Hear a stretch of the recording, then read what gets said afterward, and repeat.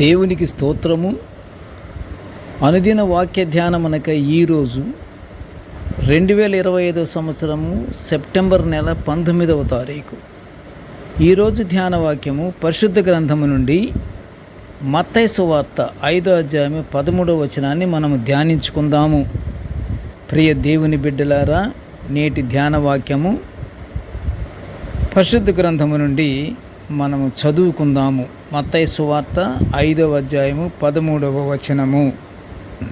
ప్రియులారా, నేటి ధ్యాన వాక్యములో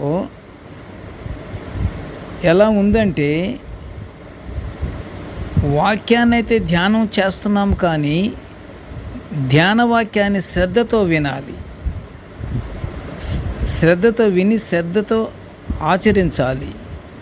ఆ వాక్యము మనకి మత్తయి సువార్తికుడు రాస్తున్నాడు. ఏమని? మీరు లోకమునకు ఉప్పై ఉన్నారు. ఉప్పు నిస్సారమైతే అది దేని వలన సారము పొందును? నీటి ధ్యాన వాక్యములో మత్తయి సువార్తికుడు ఉప్పును, దాని విలువను గురించి వివరిస్తున్నాడు.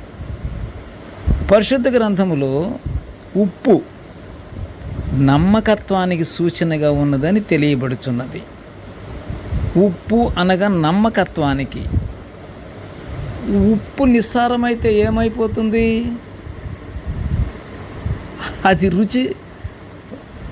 రుచి కలిగించదు. అలాగే నమ్మకత్వములో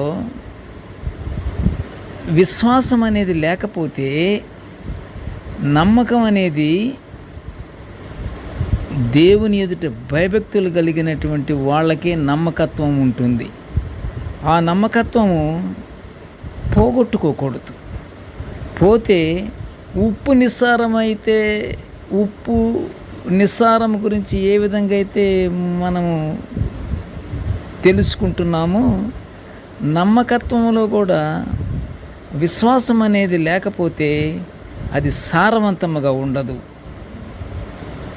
ఉప్పు ఆహార పదార్థాలకు రుచి కలిగించడంతో పాటు అది చెడిపోకుండా ఉండేలా, అంటే రక్షక పదార్థంలా తయారు చేస్తుంది. రక్షక పదార్థము తర్వాత అది రుచికర పదార్థము ఉప్పు వలనే జరుగుతుంది. ఉప్పు ఆహారానికి రుచి కలిగినట్లే తన అనుచరులు కూడా ఉప్పులాగే ఉండాలని యేసు ప్రభువు వారు బోధిస్తున్నారు.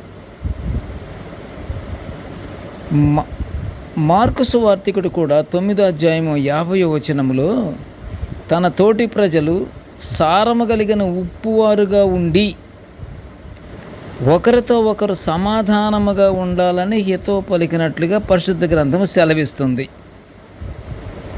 ఉప్పు అంటే ఇంత అర్థం కలిగినటువంటి మాట. ఆ పదార్థం కూడా అంతే. ఉప్పు లాంటి స్నేహం ఉండాలి, ఉప్పు లాంటి ప్రేమ ఉండాలి.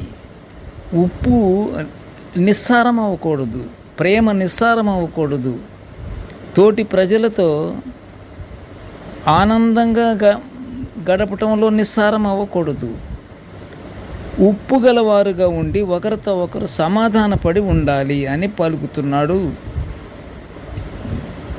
మార్కు సువార్తికుడు.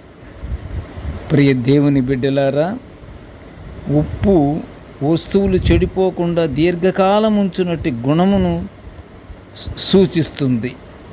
అలాగే మన ప్రేమ కూడా తాత్కాలిక ప్రేమ ఉండకూడదు అంటాడు సువార్తికుడు. ఎలా ఉండాలంటాడు? అది గట్టిగా, నమ్మకముతో, విశ్వాసము కలిగినటువంటి ప్రేమ కలిగి ఉంటే అది చిరకాలం ఉంటుంది. శాశ్వత స్నేహమునకు కూడా ఉప్పు సూచనగా ఉంది అని దినవృత్తాంతాలు 2వ గ్రంథము 13వ అధ్యాయము 5లో మనం చూచినట్లయితే, ఇశ్రాయేలు రాజ్యమును దావీదు ఎల్లప్పుడూ ఏలునట్లు అతని సంతతి వారితోనూ భంగము కాజాలని నిబంధన చేసి వారికి ఇచ్చినట్లు పరిశుద్ధ గ్రంథము సెలవిస్తుంది. ఇవన్నీ ఉప్పు సాదృశ్యములను ఆలోచించగా యేసు తన శిష్యులందరూ లోకమునకు ఉప్పై ఉన్నారని అన్న ప్రభువారి మాటలు మనకి అర్థమవుతుంది. ఇక్కడ దేవుని సువార్తలో మనమంతా సారము కలిగిన ఉప్పు వలె మనము జీవించుచు నిత్య ప్రార్థనలతో ప్రభువుని స్తుతించుకుంటూ కృతజ్ఞతాస్తుతులు చెల్లించుచు మనము పరలోక ఆశీర్వాదాలు పొందుకుందాము. ప్రార్థన చేసుకుందాము.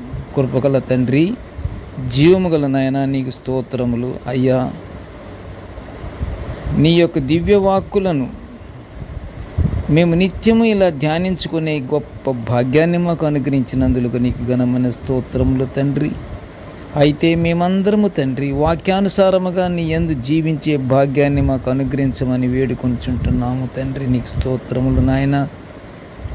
నేటి ధ్యాన వాక్యాన్ని వినుచున్న ప్రతి బిడ్డను ఆశీర్వదించయ్యా. ప్రతి బిడ్డలు తండ్రి, మేమందరము తండ్రి ఉప్పు వలే తండ్రి, మేము ఒకరినొకరము తండ్రి ప్రేమ కలిగిన వారమై నీకు బిడ్డలముగాను తండ్రి నీకు స్తుతులు స్తోత్రములు అర్పించుచు నిన్ను మహిమపరుచుకుంటూ నీకు ప్రార్థించుకునే భాగ్యాన్ని మాకు అనుగ్రహించమని నాయన ఈ మనవులన్నీ యేసయ్య పుణ్యనామమున వినయముగా వేడుకుంటున్నాము తండ్రి. ఆమేన్. దేవుడు మనలందరినీ బహుగా దీవించుగాక. ఆమేన్.